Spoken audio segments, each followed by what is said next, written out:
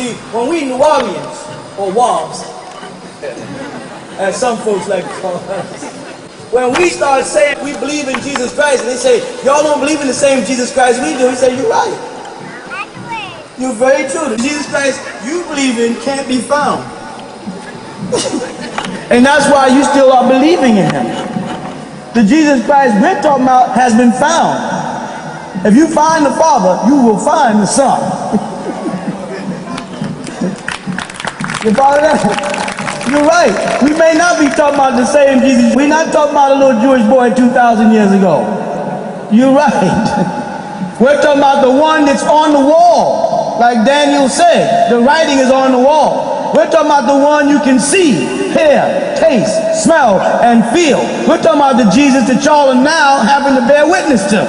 We're talking about God the Father, God the Son, and the Blessed Mother, but they are found, no longer living in a mystery. Otherwise, the statement in the Bible, you shall know the truth, and the truth shall make you free, is bull. Because to know the truth, I'm not working on belief or faith. You see what day and time we're in? Oh, by the way, that's another thing they don't like. They don't like when we use the word God. So they say, no, they believe in more than one God. And then they say Father, Son, and Holy Ghost. And then they say, but they're all one. You know, like an egg. There's the shell. There's, right? There's the beirut. And there's the yolk. See? All three in one. I say, and becoming. And when they're becoming, that's not the finished product. The egg is not the finished product. The egg is a process going forward to becoming something. So you're telling me God is incomplete in a Trinity and he's in the process of going to become something? What is it he's becoming? Where is he going? But in ancient Egypt, we no longer have to look for the mystery. We no longer have to be banging on doors and hoping that the truth is behind them. They all prayed and screamed and cheered and hoped that their form of Jesus Christ would show up in the year 2000. They were set. They were happy. You remember them? On all television, Jesus is coming now. We was like, yeah, right. Jesus was coming by the year 2000. You know who ended up coming? Osiris. He did come because the Egyptians dug him up and found his body. It's not a myth no more. He did come. How are they going to deal with that? And if he came, who else came? Huh? Isis came. Oh, Acid. And if Acid came, who else came? Horus. And if that's true, then the story of Tehuti being there, Satuh being there, all of these other men and all these other people that are on the walls in Egypt that they kept telling us were paganistic myths are becoming real. Can we deal with our own truth? Or do we continue to live in their lives just because we're adjusted to it? Just because it feels comfortable to us? Are we willing to stand up and face the facts and tell people we found Christ, which was being interpreted the Messiah? We found a man who you had us worshiping, but you had us worshiping in what? In your image. And we were warned in the book of Revelations. They described the devil to us. You know how you know they described the devil to you? Because when they describe Christ to us, and Christ is the Son of God, check it out now. They describe Christ, right? What they say? He had hair like lamb's wool. They describe somebody who's colored. So if he's the Son of God, and that's his description, I don't have to ask you for the description of the devil. Because I know the devil is going to be the opposite description of God. I don't have to ask you what the devil look like. I got the devil here and God here. Do I have to look in that direction if I see God? No. You may not like to hear white people are the devil. Especially when you're in a country ruled by white people for a little while. We may not want to digest that. That's kind of frightening whenever you sheriff, cop, police, teacher, fireman, judge, lawyer, and most people with money are all Caucasian. Now that don't mean all Caucasians are devils now. Because we got some black devils, let's be real. Must I go there? Because you know, every now and then you start talking about Caucasian, being devil. Black people start thinking that they ain't devil. I know a whole bunch of nigga devils now. Devil is doing his work, y'all, 24 hours a day, fighting our families amongst us. That's why Jesus said what? Who betrayed Christ? His own. They may have betrayed him to the Romans, but they were his own Jewish people who came to him, so-called Levite priests, and said, you know, we don't stone you for the fact that you say this. We stone you for the blasphemy that you say you're the Son of God. Right in St. John, Jesus answered and said, well, isn't that written in the law, all you the children of God? Isn't that not in the Torah? Isn't that not in the book of Psalms? Didn't David get this? Didn't it say in the law, all you the children of God, what? Ilion El in Hebrew. Throws me off in English. Right? You may be a God, but you are a son and daughter of the Most High. That's God's way of saying, you can be as cocky as you want to be, but don't start thinking you're me, because I will, push you down the stairs a couple of times. God has a way of pulling the rug up from under you when you get a little too cocky. Right now, Muslims go to Mecca and they're all getting this God complex, and yeah, they go, there's a plague, there's a disease, there's something that collapses. Why? You know why? Because them Muslims are out there taking God's laws in their own hands and justifying terrorism and saying Allah said do this, Allah said do that. Allah makes rain, hail, snow, and earthquakes. He don't need you blowing up no buildings. If Allah is God, he has the power to blow up a building if he wants, don't you think?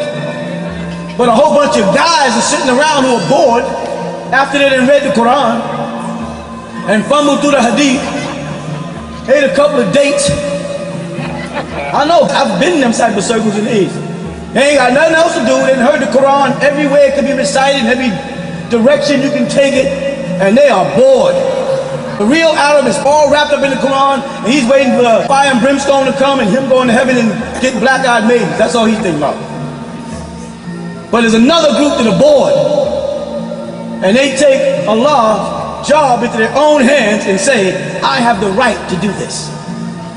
That's what's going on in Israel right now. The Jews want Solomon's temple. The Muslims say, we call it Masjid al-Aqsa and it's ours. The Jews said, no, if the Quran says that it came from the Torah or the Old Testament and the Injil, the Revelation, the Evangel, then this is really our building. Correct? You hear the conversation? And people are getting blown up and killed because of that. You know where the mistake comes in? Huh? It doesn't belong to Muslims or Jews. It's Beit Allah. It's supposed to be God's house. That's where the problem's coming in. You're fighting over God's house. You're claiming that this holy temple in Jerusalem is God's temple, but the Jews say, no, it's our temple. Muslims go, no, it's not. It's, and the Christians are afraid they ain't there too. They ain't strong enough in Jerusalem to say, no, they really get hurt. They're saying, they're going, and now there's people over there blowing each other up and killing each other. You follow? Only because they're dealing with faith. Only because they're dealing with belief. Because they haven't sat down at a table together and said, let's go through the scriptures and see. First, let's see if the scriptures are true. These people are killing each other over faith and belief. And if you came to them with the truth, they would panic. That's why I wrote that book, Jesus Found in Egypt. I want to see how they get around it. You know me, I write books just to see what happens. You know what I mean? I just write a book, let me see, 360 questions to ask the Muslims. I just want to see if they can answer. It says 360 questions a day. And the Israelites over here going, where's our book? Anybody else want a book? We got one for you. You can ask anybody 360 questions. Whether or not they can answer what's important. And the answers are coming out of nature. The truth is manifesting itself in front of us. But we're afraid. Tamahoos, another word for Caucasians, have Egypt on television every week. They're on their third mummy movie. Just last week they were talking about the other one, was the Prince of Egypt. They did Cleopatra over 4 times in the last 5 years. If you check import, they got more Egyptian statues. You go to any bookstore, take a major bookstore like Borders, and go into the Egyptian section. And you find hundreds of books on Egypt. Every white person in the world is writing about us. And they see them noses. They see them lips, they definitely can't miss Uncle Hunting's lips. They see them big old noses. They see Mentuhotep's black skin. When they cracked open in Almond's tomb, they saw two black guys standing like this. They wasn't brown. They wasn't beige. They were Bolak. That's B-O-Lak. So we have two of them. We made sure we put it right there in front of the Bolak pyramid. So when you walk around, every time you walk around, you go, two niggas. And I do that because I want you to know that every time a white person walks by and sees the two statues, they go, two niggas. And they'll spend their last dollar going on vacation in Egypt. Go to France. Go to Germany. Go to Sweden, which is near Germany. Go where else? Holland. Where else they come from? Where else can they go? Denmark. Where else they came from? Where else? Norway. Hell. Where else? Go to... Why are so many white folks in Egypt? I went to the university in Egypt, in Cairo, and you can see busloads of them. Busloads of old little chickens coming to the hotels, you know, walking around the pyramids, looking in the pyramids, seeing your face there, saying, my God, which is not their God, but my God, look. Them go down, then they make the gravest mistake. They get on a boat and they float down to Aswan. When they get down to Aswan, they might as well be in Holland. I'm saying the only difference is the language. The body language is the same. You see Nubians, but you see them by the hundreds all over Egypt. Why are they there? Because they want to know the truth. They want to see it for themselves. They heard about it their whole life.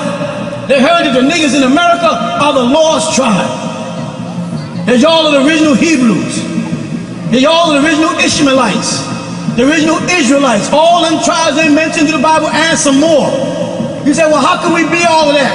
Look around here and look at all the different faces. Look at all the different shaped eyes and noses.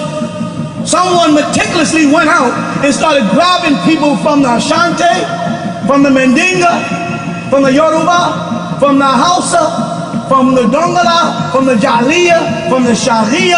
I can just go on. They picked a whole bunch of us. Some got wavy hair, some got nappy hair, some got that hair that you can't call nappy because you don't know what it is, it just sits there. I got a son with hair like that. It's like, you sure this is hair? It just, you can't comb it, you can't do nothing. Perm just leave, perm just leave. Perm just says, no, I want nothing to do with this. You ever see people here like that where each knot look like they screwed it in one by one? And then, I don't know what tribe of Africa they came, I ain't seen them. The nappy headites or something, I don't know. But we have people with every texture here, every shaped nose, every color eye. That's because some of y'all are Israelites, some of y'all are Ishmaelites, some of y'all are Nubians from Egypt, some of y'all was brought here from the Congo, some of y'all from Kenya, some of y'all from Uganda, some of y'all are Ethiopians. Y'all are made up of all different tribes. If you, let's say, scan through a book throughout Africa, you start seeing people like, oh, shoot, they go Ralph. Am I lying? You be like, they look like Ralph. You know, you can walk up and say, what's up, Ralph? Who look at them?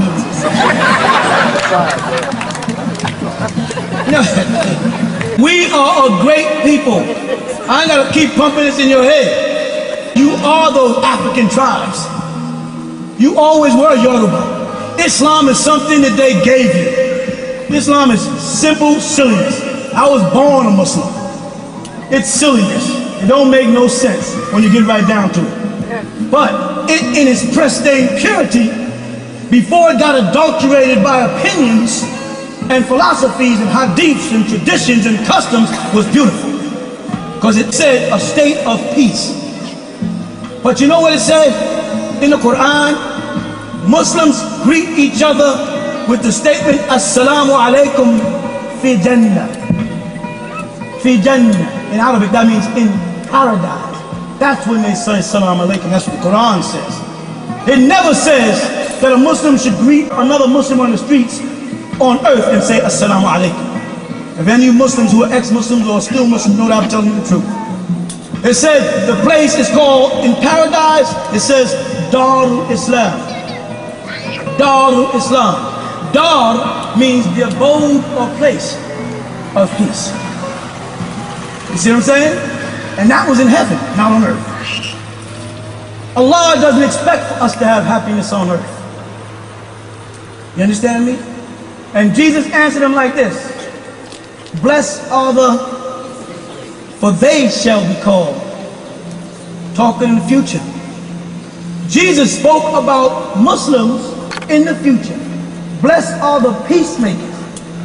They make it look like Jesus Christ is coming with the very end, and that's not true, because he says in St. John's, I'm going to send another comforter. They spoke about a comforter coming, a spirit of truth, right, after Jesus. But then Rasulullah Muhammad alayhi salatu wasalam came, Muhammad did, as a comforter. But Muslims thought it was over then. You know what happened? The disciples of Muhammad gathered with him in Surah Al-Baqarah, 2nd chapter, 214 verse, and they asked him, Mata Nasrullahi ya Rasulullah? Mata Nasrullahi? When is the Nasrullah coming? And he says, Ila Nasrullahi Qareeban. Surely the help from Allah is near.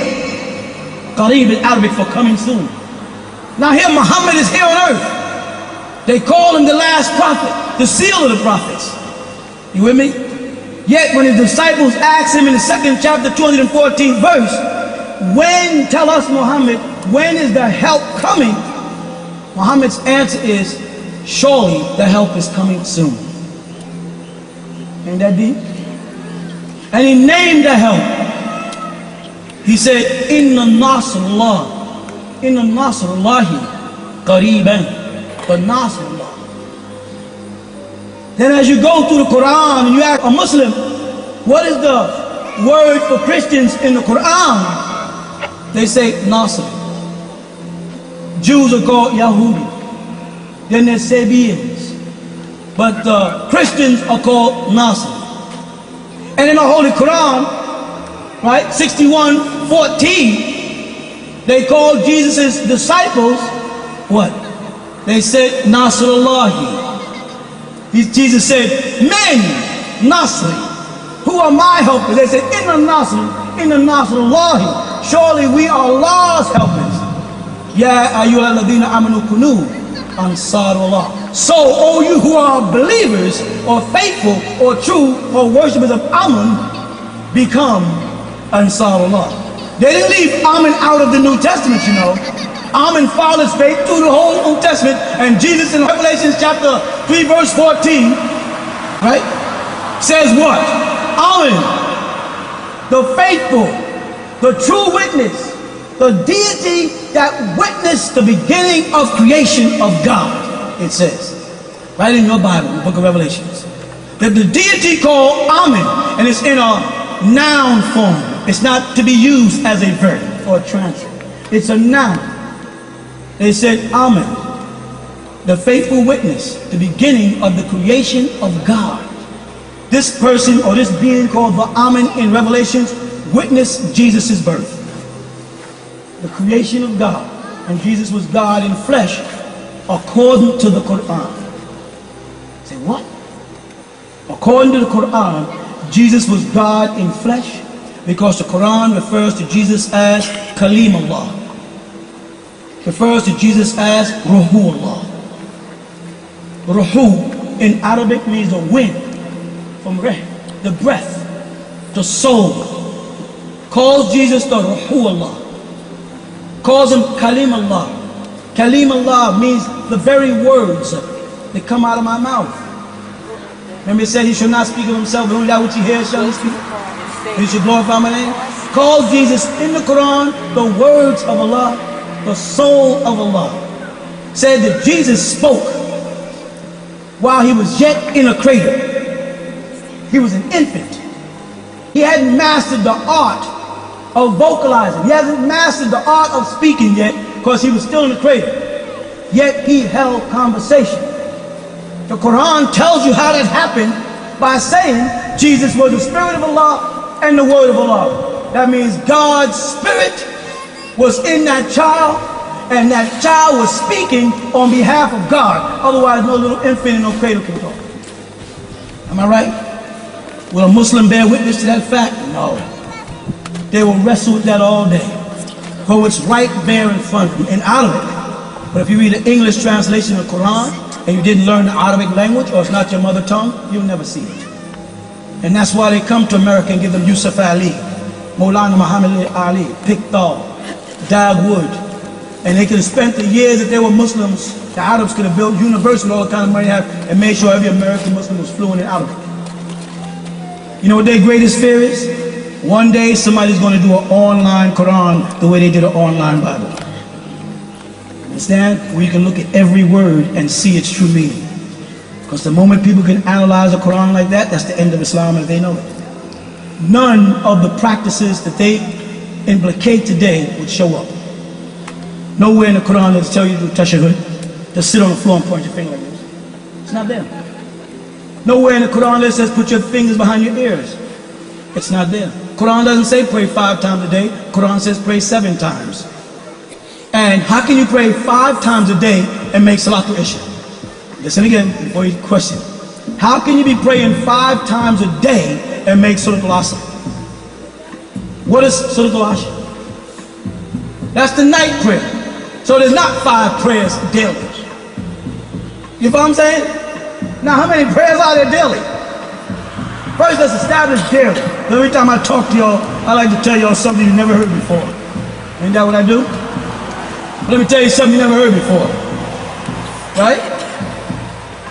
Sunday. Say Sunday. That means sun and day. Right? What's Monday? But the sun is still shining. Let's do it again. Let's say it again. Sunday. You with me? Got it? And that means the day as the sun shines during the... Now we come to Monday's moon day. How can you have moon day? It's moon what? Right. Now, let's go to the next one. Now we got Tuesday.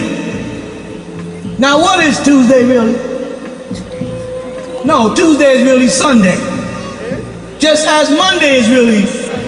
And any day that the sun is shining is called Sunday. Now why did they trick us? You know why they trick us? Because they got us to the point where we believe anything they say and we don't critique it. We haven't stopped. See, now that I said it, you go, that's deep. Some niggas are saying, I knew that all the world. I don't mind y'all, it's cool. It's all right, it's all right. But the deep thing is, just think about what they did to you. You've been walking around and see me Monday morning. All right? No, better yet, meet me Monday night. Meet me Monday night? Say Monday night. Ain't something wrong with that in right knowledge? How can you have a Monday night? Is there such thing as Sunday night? No, because once it becomes night, it's no longer sun. So now we have to change everything in our vernacular around and say stuff like Sunday and sun, right? What? No, Mon night is in the morning. Because the moon is out. So if it's Mon, the moon is there. I don't care if the sun is shining or not. If you call it Mon, the moon is there. The sun and the moon can't shine at the same time according to them. Right? So it's moon night, which means it don't make no sense, so we got to get rid of it. Now we done lost a whole period of time. If I didn't say that, y'all were going to say a whole day. That's how well the program, you know what I'm saying? Watch, we have lost a whole, you see how you instinctively want to go whole? That's how you know the spell was in there.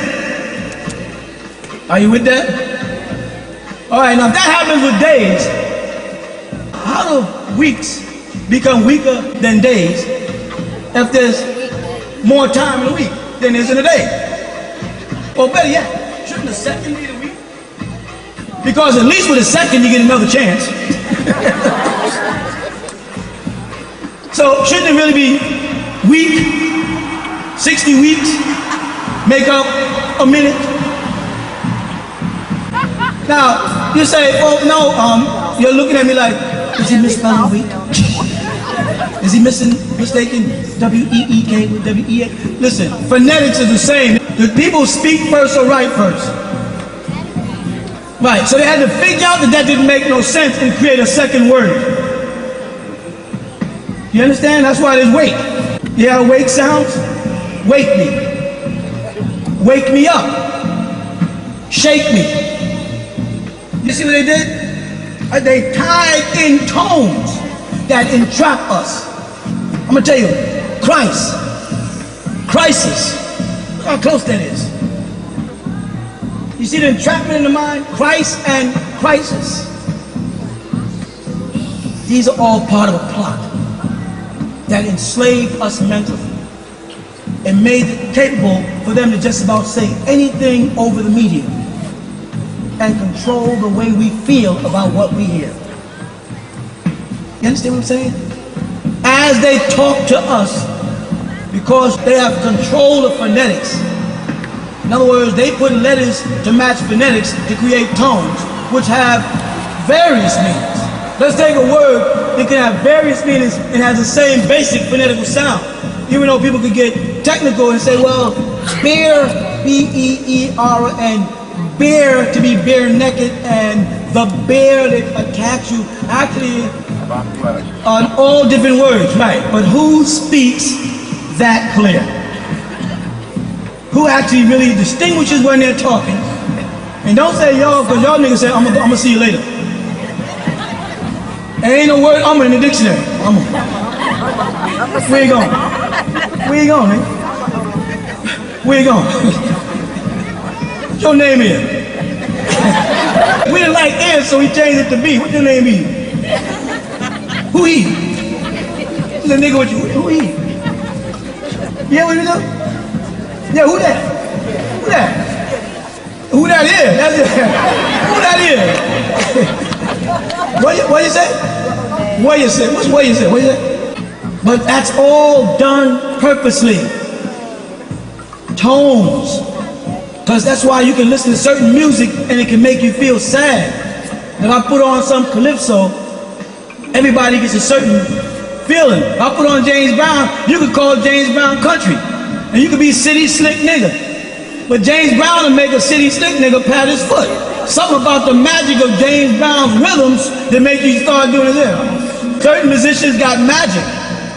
And they can get on out. Michael Jackson, for whatever he turned out to be, he had beats that I don't care who you are, you can say, I don't like him, I don't like what he did to himself. He cut off his nose and some nigga with a perm is saying, he cut off his nose and he bleached out his skin and they got 3 holes in their ears up here.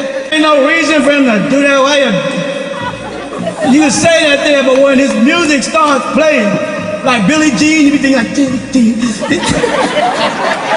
am I lying? Or is that the truth? That tells you there's some magic in music. That means there's some magic in tone. And that's why there's a concentrated effort to remove our languages from us and have us speaking English. They don't want nobody who speaks Spanish speaking Spanish. They don't want no Latin speaking people because there's tones in the language. Not the way we're speaking it in Harlem, where we done mixed in English, but the way our grandparents spoke it. And most of the kids couldn't understand it. So I had relatives that spoke Portuguese, I didn't understand what the hell they were talking about. And they was just going like this, okay. Only time I worried when the hand went up. No. Not when the hand went up. When the hand was coming down. When the hand was up, I still could get out of the way. There's a concentrated effort. That's why there's so much being put into Nuwaupu. There's a concentrated effort for you to eliminate, what nationality are you? American. What's your nationality? You American? What's your nationality? You American? I ain't gonna ask you that. What nationality are you? British? Egyptian. That's another thing. We have to stop being everything but Nuwaupians. That is our nationality. We're not Trinidadians. We're not Cubans. We're not Dominicans. We're not British. We're Nuwaupians. You know why that's important? Because we hold the secret to its meaning. Sit with me for a minute. We hold a secret to its meaning. Nobody knows what a Nuwaupian is but us. And if they decide to put it in their definitionary or dictionary, they will have to come to you. We have now introduced a word into the world, right? Regardless of what they say, they don't know what it means. They ask you, sound right reasoning. And it don't mean sound right reasoning. You're right, it doesn't mean sound right reasoning. But we're not going to tell you what it means until you tell us what Caucasian means. Do you understand what I mean by that? Because what you're reading in the dictionary doesn't necessarily mean that's what Caucasian means. Just because there's a mountain between the Black and Caspian Sea called the Caucasus Mountain, that doesn't mean that's what it means. And as many words as we capture the meaning of is how we establish ourselves. Because they have to come to us to ask what we mean when we say Nuwaupu. When we say Rahubat. They say, what does that mean? It means Rahubat. What the hell does hello mean? I mean, how we know about hello, we know about that, but other than that, hello means what? Hello, right? Hi, what's hi? Hi. Well, no, it depends. No, I got a friend, he's a different kind of high. Nah, he's always high. I'm talking, you know what I mean, the greeting. You introducing that. You bothered them with the word anu. What does this God y'all call anu? And you know, in the Bible, they showed them in the Bible. There it is right there, anu. Pagan. He say, define the word pagan. You know what pagan means? Jamaican. How? It means Jamaican. You know why? Because Jamaicans are yard people. Yard gal, yard man, and the word pagan means in the yard. Look it up in a dictionary. It means in the yard. So all the Jamaicans are pagans. Now you do that because in doing that, you dissolve his plot. You follow that? When he calls you an atheist, you say, atheist, other than what? You know, hey, what's atheist? I'm against theos. Well, shouldn't it be a God? In America, you can't be an atheist in America. I know that sounds crazy. You can't be an atheist in America because the word theos is a Greek word. And nobody's walking around here speaking Greek. So how can you call me an atheist in America? What would you have to call me?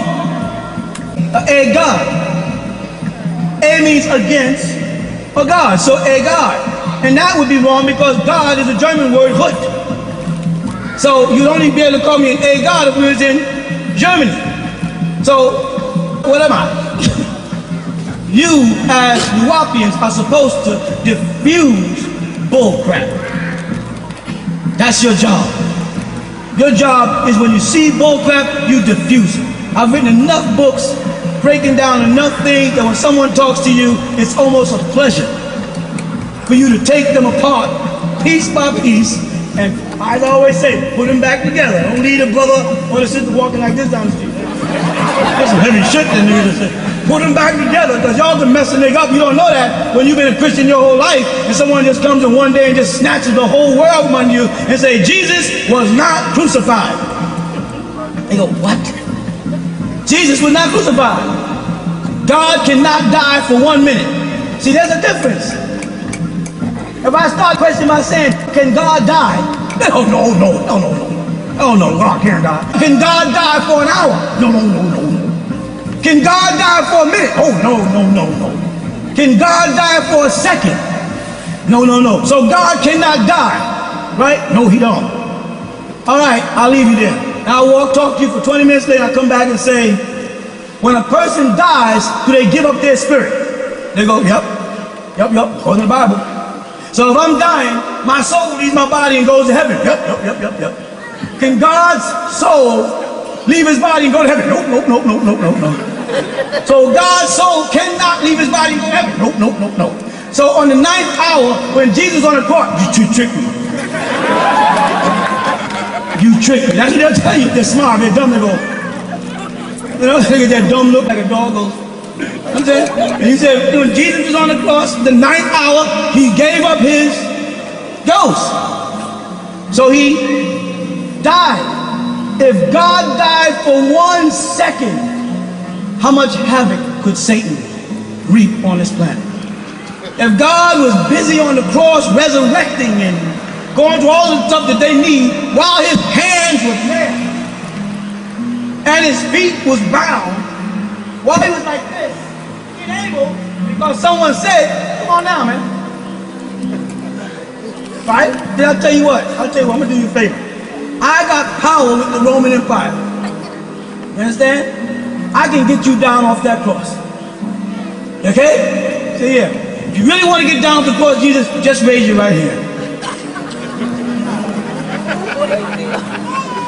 That's all. Raise that right hand, you down here. So the whole purpose of nailing him to the cross is to make him immobilized, right? Make him unmobile. Can God ever be unmobile? You don't have to approach the God not being crucified by Jesus, because if you identify Jesus as God, then you are attributing things to him that are impossible and still remain God. Right? Because God can't be immobile. God cannot be confined to any one place at any one time. God cannot die. God cannot be born. You follow? God cannot give you anything. You understand what I mean by that? God cannot give you a thing. Not even intelligence. What has God given you? Nothing. You like to believe that God has focused on you and has given you things, but God has given you absolutely nothing. Now I know God personally. See, I'm different. I know him personally. I'm saying. He lives, but he moves around a lot according to them. Sometimes he changes, sometimes he doesn't. See, I live on the 3rd floor, right? God lives on the 4th floor, 2 doors down from me. That's where he lives at. And I go by his house every now and then, I talk to him. And I say, God, that's what we call him. Now, who here don't believe me? Who here don't believe that I know God, he lives on 2 floors up from me, a couple of doors down? Who don't believe me? Oh, look, just went over there. Yo, man, I'm not kidding. He just was walking over there. He's sitting down right over there. He's sitting right over there between that pole. Hey, God, he's sitting right there. Now, who don't believe it? Why not? Huh? Can you prove he's not over there? Okay, tell me who God is to you. I am God. The people around me. You. Anybody who's in control.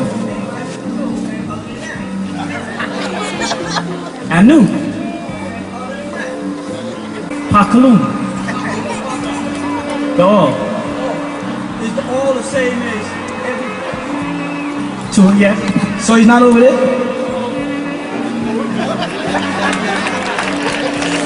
Is he over there? We all, same God, same station. So God lives next to you, right? God walks with you.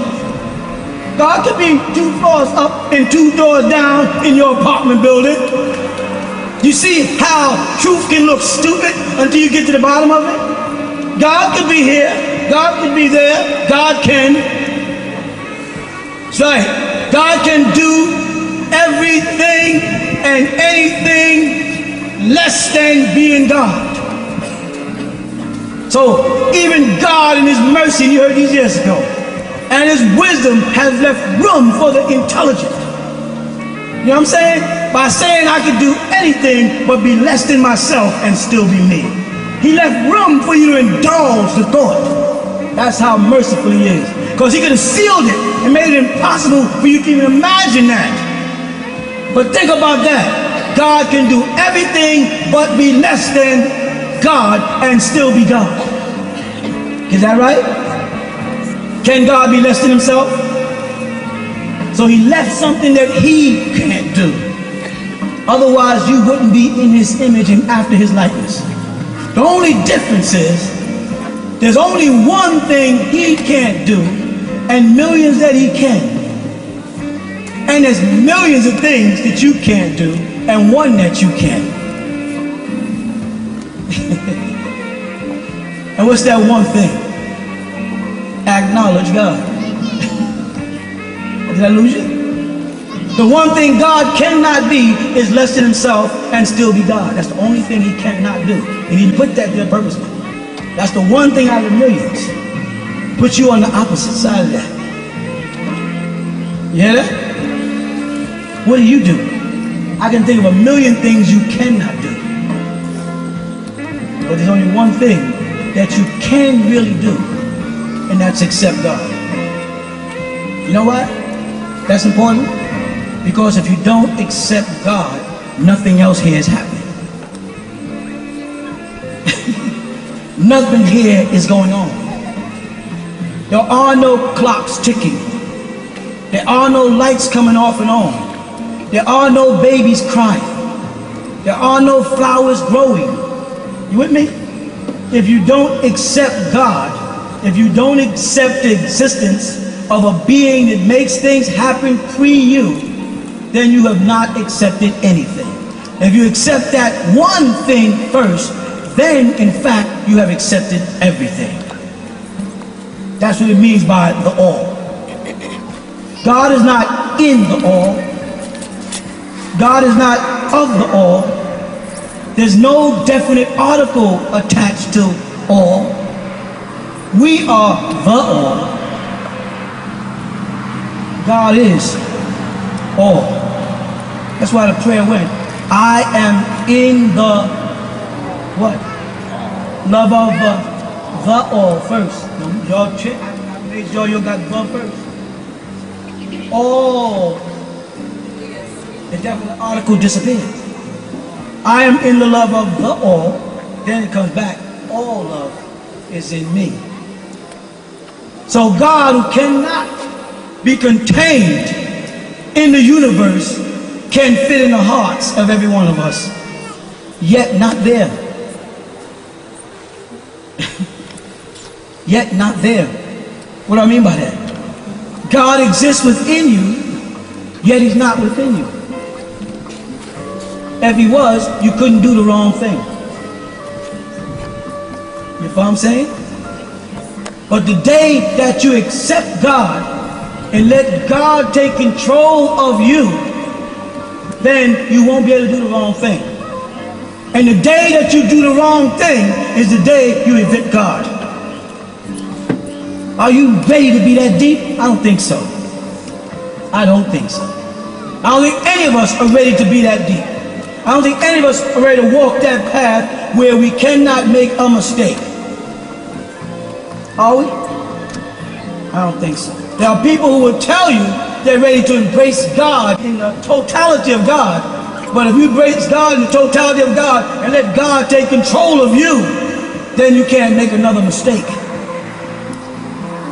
And the disappointment is he doesn't go backwards. That will be going against his nature. So don't open up to God until you're ready. Be on the path to God. You understand? Be building a better character. Be becoming a better person. But don't open up to God until you are ready. Because the day you open up and he gets in, you can't close the door. Because he says, I open the door and what? No man shut it. But every preacher and teacher is telling this congregation, open up and let God in. You need God in you. They're banging tambourines in churches. Hey, cutie. And asking for God to possess them with the Holy Ghost, as they call it, or the Holy Spirit. Right? But the moment you are filled of the Holy Ghost, then you are pure. Is that right? And you can do no wrong. And if you do wrong, you're doing wrong by God now, not by man. So don't gather a bunch of people in rooms and bang on tambourines and call on God to possess them. And you're not ready to be possessed of God. We're working. We're working to better our character, to make us better people. I hope we are. To make ourselves better. We're working to help other people in the world other than ourselves. I hope so. But don't let nobody tell you to let God into your life. That's a satanic tactic. What is the possibility of you never doing another wrong thing? What is the possibility? They open the door for you to wrong God. I'd like to embrace God. I'd like God to take control of my life. But can I take control of the range when God's taking control of my life? You think, well, if he's in your life, then everything is straight. No, because you still have willpower. Something that you wanted. Something that you're proud of. You say self-determination. The right to make decisions. Women constantly tell their husbands, I got a mind, I'm not just a female, I think too. Right? Because we treat y'all like y'all don't have a mind. We treat y'all like y'all don't think.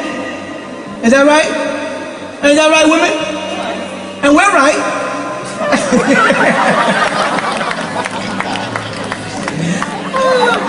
Did y'all fall for that one? I tell you. Felt right, but see, it ain't that right. Would men fall for that? No. No. Watch in a couple of minutes. But you understand what I'm saying? People, you gotta be careful when you're preaching and teaching to people, because right knowledge is very strong. It's been dormant for so many centuries that when you start hitting people with so many facts, you overload them sometimes. I've been teaching for how many years? Some overloaded, see? Too many years. Too many years, actually. And I find out sometimes I'm talking to people and I stop and just change the subject. You know what I'm saying? I just change the subject and start joking or something, because you realize that people are far more timid than you know. That the mind is very much more delicate or fragile than you really know. And a person can be sitting there losing their mind and you won't know it, because all they're doing is saying, it's true. Too much truth after so many lies can be very dangerous. So you got to learn how to, you talk to a person and laugh and joke a little bit and tell them a little. Don't sit there on the corner and try to unload the whole Bible on them. And sometimes I say, in the beginning, God created the heavens and the earth. And I'll stay there for a little while and say, in the beginning, Rith Bereshit, Elohim Barra, Arith wa Shemarian. In the very beginning, God created the heavens and earth. I'll just stay there and say, do you hear that? And they'll go, no. Listen again.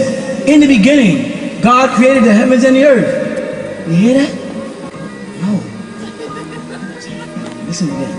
In the beginning, God created the heavens and the earth. You hear that now? See? Y'all are waiting for something deep. See how you've like perched yourself in your mind like that? Y'all sat back and said, you can't say something deep. You know, I could tell because his voice changed. He said, but I stopped saying in the beginning, and I started saying, in the beginning. See, I dropped the voice down to the deep voice. God created heaven and earth. I could have kept going, you know, y'all just said, in the beginning. God created heavens and earth. And you know what? If I would do that long enough, some people would have said, oh, I got it. I wasn't saying nothing, but in the beginning, God created the heaven and earth. You got it? Anybody else got it? Huh? In the beginning, God created the heaven and the earth. That's the first line in the Bible. Now let me explain to you all what in the beginning God created the heaven and earth means. In the beginning, God created the heaven and the earth. That's what it means. You know how you know that's what it means? Because that's what it says. There ain't nothing under that. And anybody start adding stuff on there, it's crazy. And you got to recognize them. That's what it says in the Bible. When you see that spirit, test that spirit. Say, give them a quote out of the Bible and say, in the beginning, God created heaven and earth. What does that mean? There's people right up there on the line that say, let me tell you. Because when God said, in the beginning, they're going with they have a dialogue. Then Farrakhan told them. Who got it from Elijah? Who got it from Ford? Who got it from the Freemasons? Who got it from you feel what I'm saying? There's always somebody trying to add to the truth, to that which is simple, factual. Because belief is a religion. You need people believing if you want to advocate some type of religious commitment. Because if you tell them enough facts back to back, it changes from a religion into what? If you continue to keep people believing things, you can get people to do anything you want. The world is in an uproar today. It's not being done by political scientists. It's not being done by archaeologists, paleontologists. They're not blowing up people and killing each other. It's religious people that keep the world in turmoil. You understand? They just passed a new bill. You know what it says? That high schools can be used for Christian services after school. They just passed the bill. And yet we can't have prayer in school in the morning. Something wrong here? Is something loose? You might tell you this is what happens. This is what the society does to you. It tells a woman, like I said years ago, that she can go to the beach with a bikini on, but if you knock on her door and she has a slip on, she'll tell you to wait. You met this girl on the beach this afternoon, and she had a string up the crack of her butt, that's all. Two little things like Band-Aids hiding her breast, that was it. She was walking down the beach loose and bouncing, right? You meet her and say, I'm gonna come by and pick you up at 8 o'clock so we can go to dinner, and you get there a little early, and you knock on the door and she says, just a minute. I'm in my slip. Slip is a full-length satin gown from full-length arms covering everything. She won't let you see her in a slip, but she'll let you see her on a beach almost buck naked. If that ain't some type of mental trap or spell, something is wrong. Somebody is inside of our heads turning knobs. Anytime you want to see body parts, you sick people. You know what I mean by that? You hear there's an accident. You see the lights, you drive by doing this here. Trying to see on the floor where there's body parts. Hoping to see the blood. Is that not right? They call it rubbernecking. And people drive by and say, there's an accident over here. I ain't seen nothing, you seen nothing? I saw a foot. There's always a foot. Because shoes have a contract with God that they only stay on people when they're walking. I'm serious. I know I talked to God. He lives upstairs 2 doors away from me. Did you notice that? Whenever there's an accident, shoes have a way of getting out of it. Person can be knocked up in the air 30 feet, shoe be right there. I don't care if he was shot, hit by a truck, fell out of a plane. Niggas drown, their shoe be up on his right up on the right up there. Niggas didn't have to do it. What is it that shoes have a special pack where they manage to get out of a situation? Probably if the nigga stayed in his shoes, he wouldn't have an accident. That's an abstract reality. That's an abstract reality that you laugh at, but it's real. And you can't explain it. Like your obsession with seeing someone hurt. Or, this movie is guaranteed to scare the hell out of you. You actually give somebody your money to go in a dark room with a 30-foot damn screen after I said this movie is guaranteed to scare the heck out of you. You actually go in there, excuse me, brother, sit up there and like this. Or with pop like this. Oh, yeah. Oh, yes, you do. And if you with a woman, you can't front, so you don't have to say that. Don't you guys just don't worry about it. Right? But you go back to the cinema again and see a horror movie. Something is sick about us. Is that not right? Something inside is not working. You follow me? And in the beginning, God created the heaven and the earth. I think it was appropriate because it was nice and quiet. Everybody was listening. You understand? This tells us we need correcting. We need a new way of thinking, a new pattern of thinking, new concepts. And you know when they're going to come? When we give him back his bull. Because all of that came with him. All of that type of thinking came with the white man. You know what I'm saying? He's the one who got us wanting to watch people get cut up. All you gotta do is turn to his programs. You get a bunch of big old cars with big wheels just crashing into them. They got a program now where they make machines and the machines just crash up other machines. Battle bots. And this is entertainment to Caucasians. You understand? Boxing with gloves was not enough. Now they have He-Man fighting and what's the other one?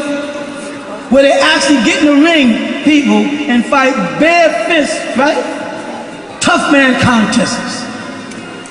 Regular boxing was no longer fun because niggas were winning. See? Golf ain't gonna be no fun soon with Tiger Woods around. You understand? Now they got 7 brothers in hockey. We talked about that years ago. They gave 7 African spears. 7 Africans with spears on ice. You understand what I'm saying? And you know a nigga with a stick in his hand with white people coming at him on ice is not gonna be thinking about a puck.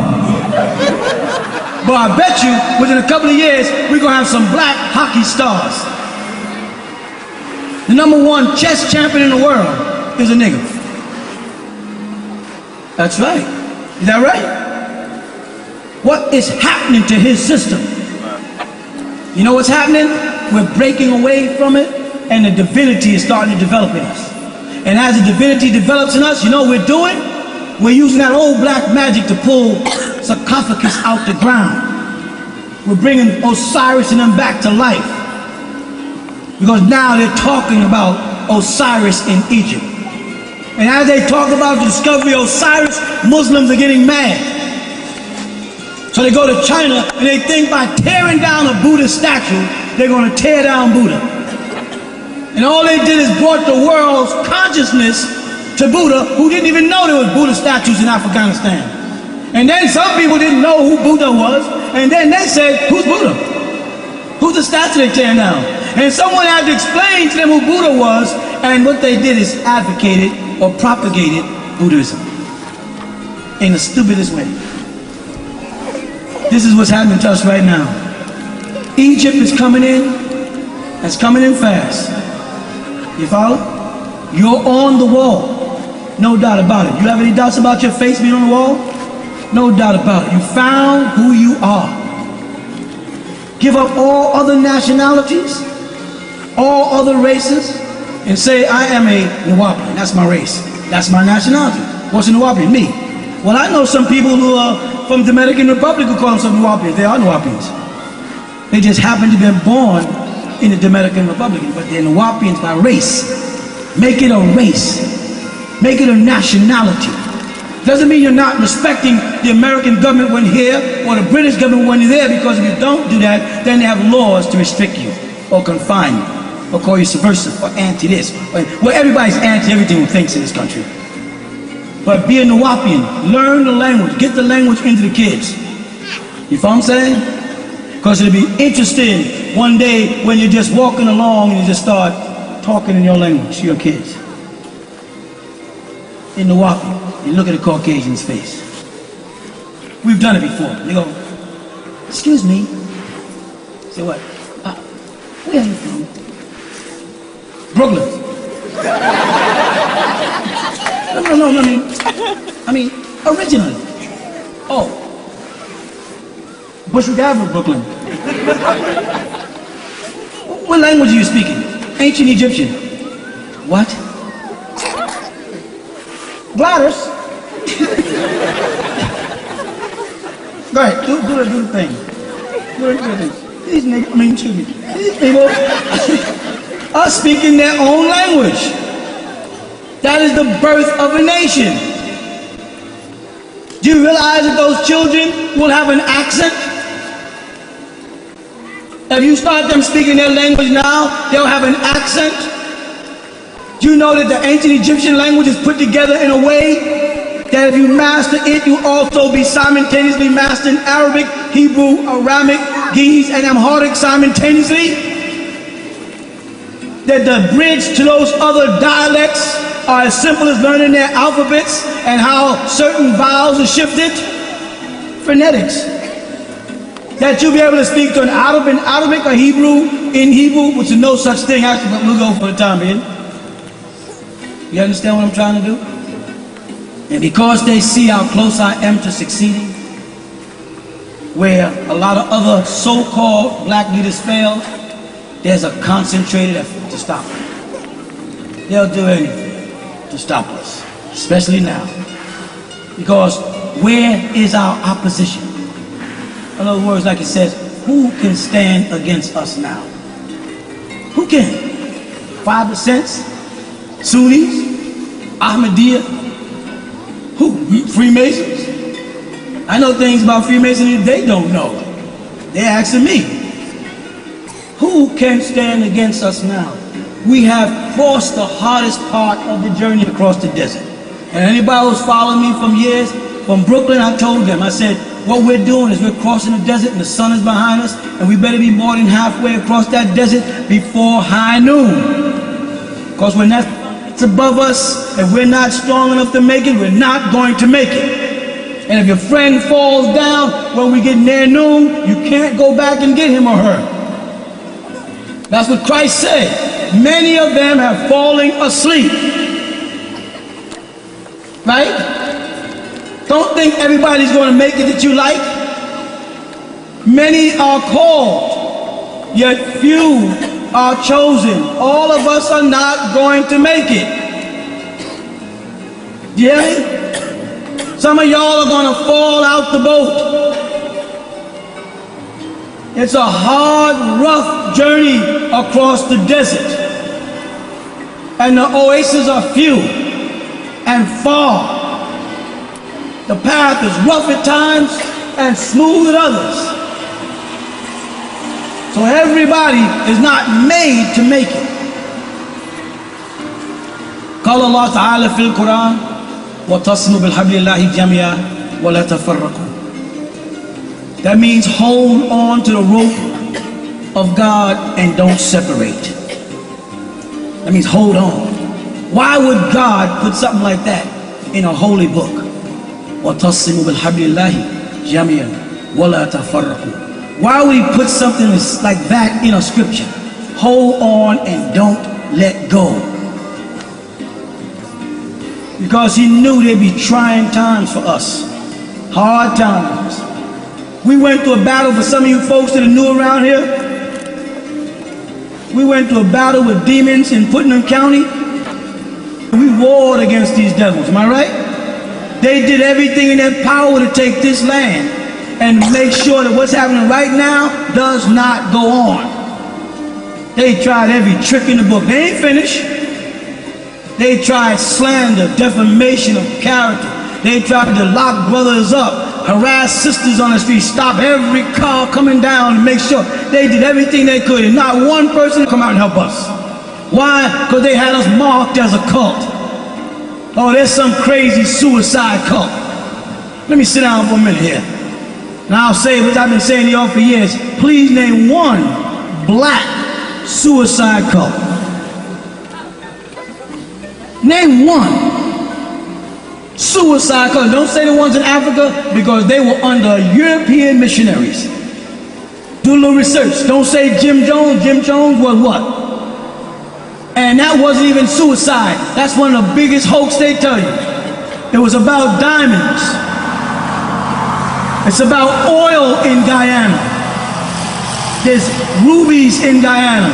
there's wealth in Guyana. They was over there mining, and some governor's daughter got hooked up and fell in love with one of the guys who worked over there. You understand? And when the governor went over there to play cult buster to snatch his daughter out, he came in with a military force and had a shootout because the people there were there to protect the diamonds. Go back and study. Us older folks were here when it was taking place. So when them planes came in, the security there to protect the diamonds, they were using the so-called people to dig, to sort out Guyanese gold. Guyanese gold was coming in the country because America was going to trick the niggas. Because during that time, everybody was starting to wear gold bangles. And Guyanese gold is like cowboy gold. It's not real, but it looks real. Like half of you women who got zirconias on your finger and think you got diamonds. It look real. They had plans, and their plans were aborted because of one governor or senator who went over there and got shot. And then they went in and massacred the people and said they took poison. But they slipped. They said they took cyanide poison. And you can't take cyanide poison and lay on the ground. You bounce around, you get cramps, you jump up. You can't take cyanide and lay like this and die. You can do that if someone's firing above you. If someone's shooting above your head, you will naturally lay down and cover the way they found those bodies. But they'll tell us to shut the public up. Oh, cult suicide. Everybody over in Heaven's Gate, they went out and bought new sneakers, new knapsacks, new blankets, and then committed suicide. Please tell me why a person would buy new sneakers, new knapsack, and new blankets. I understand the knapsack and blankets. I don't understand why a dead person needs sneakers, new sneakers, if they knew they was going to commit suicide. Huh? But what most people don't know is that your hoarder, you know who your hoarder is? Star Trek. Her brother was a part of that group. And she has been dormant as an actress since Star Trek went off and just started getting parts and got a little money and wanted her brother out of that cult. You understand? Because her career was in jeopardy of her being exposed to have a brother that belongs to what they consider a fanatical cult. And because she's a religious icon in America, to be a part of Star Trek, you're like a god or a goddess. They did her a favor and wiped. I'm not saying that guy wasn't crazy. They made sure they got a picture when you saw him looking crazy. They've killed those people. And then, religious cult, suicide. That's what they were saying about us. Oh, we're afraid that we heard they gathered around the pyramid over there, and they're going to, the year 2000, he's going to command them, and they're all going to commit suicide. I said, that's because y'all don't know niggas. Yeah, I know I belong to a cult. We doing this here. They say, we're going to commit suicide. That shows white folks just don't know niggas. So nigga, we ain't into suicide. Good night.